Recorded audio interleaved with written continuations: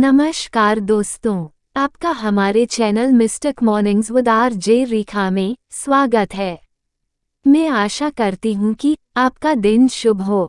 दोस्तों, आइए जानते हैं कि हम इंदिरा एकादशी कथा और व्रत क्यों मनाते हैं। दोस्तों, हिंदू धर्म में इंदिरा एकादशी का बड़ा महत्व है। मान्यता है कि इस दिन भगवान विष्णु की विधिवत पूजा उपासना से सभी कष्ट दूर होते हैं और सुख सौभाग्य में वृद्धि होती है। दोस्तों, एक बार की बात है, धर्मराज युधिष्ठिर भगवान श्री कृष्ण से कहने लगे कि हे भगवान, आप कृपा करके मुझे आश्विन माह की एकादशी के विषय में भी बताइए। इस व्रत का क्या विधान है, इससे किस फल की प्राप्ति होती है। भगवान श्री कृष्ण कहने लगे कि आश्विन कृष्ण एकादशी का नाम इंदिरा एकादशी है। यह एकादशी पापों को नष्ट करने वाली तथा पितरों को अधोगति से मुक्ति देने वाली होती है। हे राजन, ध्यानपूर्वक इसकी कथा सुनो। इसके सुनने मात्र से ही वायव्य यज्ञ का फल मिलता है। इंदिरा एकादशी व्रत कथा प्राचीन काल में सतयुग के समय में महिष्मती नगरी में इंद्रसेन नाम का एक प्रतापी राजा धर्मपूर्वक शासन करते थे। वह राजा पुत्र, पौत्र और धन आदि से संपन्न और भगवान विष्णु के परम भक्त थे। एक दिन जब राजा अपनी सभा में बैठे थे तो आकाश मार्ग से महर्षि नारद उसकी सभा में आए। राजा उन्हें देखते ही हाथ जोड़कर खड़े हुए और विधिपूर्वक आसन व अर्घ्य दिया। सुख से बैठकर मुनि ने राजा से पूछा कि हे राजन, आपके सातों अंग कुशल पूर्वक तो हैं। तुम्हारी बुद्धि धर्म में और तुम्हारा मन विष्णु भक्ति में तो रहता है। देवर्षि नारद की ऐसी बातें सुनकर राजा ने कहा, हे महर्षि, आपकी कृपा से मेरे राज्य में सब कुशल है तथा यज्ञ कर्मादि सुकृत हो रहे हैं। कृपया अपने आगमन का कारण कहिए। तब ऋषि कहने लगे कि हे राजन, मैं एक समय यमलोक को गया। वहाँ श्रद्धापूर्वक यमराज से पूजित होकर मैंने धर्मशील और सत्यवान धर्मराज की प्रशंसा की। उसी यमराज की सभा में महान ज्ञानी और धर्मात्मा तुम्हारे पिता को एकादशी का व्रत भंग होने के कारण देखा। उनका संदेश मैं तुम्हें कहता हूँ।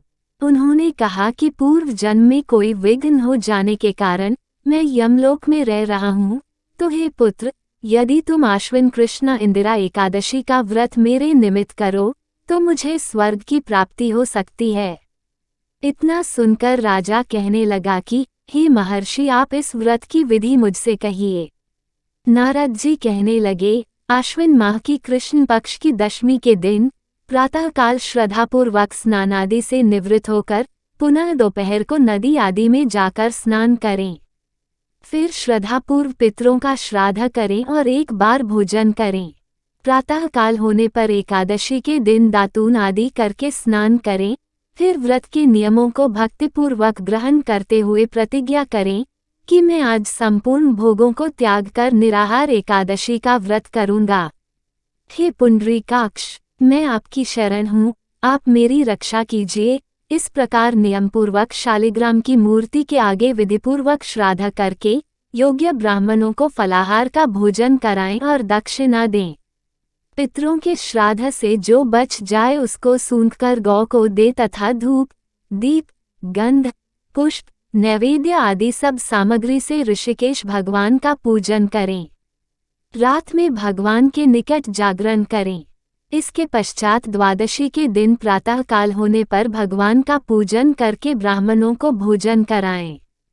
भाई बंधुओं, स्त्री और पुत्र सहित आप भी मौन होकर भोजन करें। नारद जी कहने लगे कि हे राजन, इस विधि से यदि तुम आलस्य रहित होकर इस एकादशी का व्रत करोगे तो तुम्हारे पिता अवश्य ही स्वर्गलोक को जाएंगे। इतना कहकर नारद जी अंतर ध्यान हो गए। नारद जी के कथनानुसार राजा द्वारा अपने बांधवों तथा दासों सहित व्रत करने से आकाश से पुष्पवर्षा हुई और उस राजा का पिता गरुड़ पर चढ़कर विष्णुलोक को गया। राजा इंद्रसेन भी एकादशी के व्रत के प्रभाव से स्वर्गलोक को गया। हे युधिष्ठिर, इस व्रत का माहात्म्य मैंने तुमसे कहा। इसके पढ़ने और सुनने से मनुष्य सब पापों से छूट जाते हैं और सब प्रकार के भोगों को भोगकर वैकुंठ को प्राप्त होते हैं। दोस्तों, हमारे साथ अंत तक जुड़ने के लिए शुक्रिया। भक्ति आस्था से जुड़ी रोचक जानकारी प्राप्त करने के लिए आप हमारे चैनल को मिस्टिक मॉर्निंग्स विद आरजे रेखा के साथ जुड़ सकते हैं। आपका दिन शुभ हो।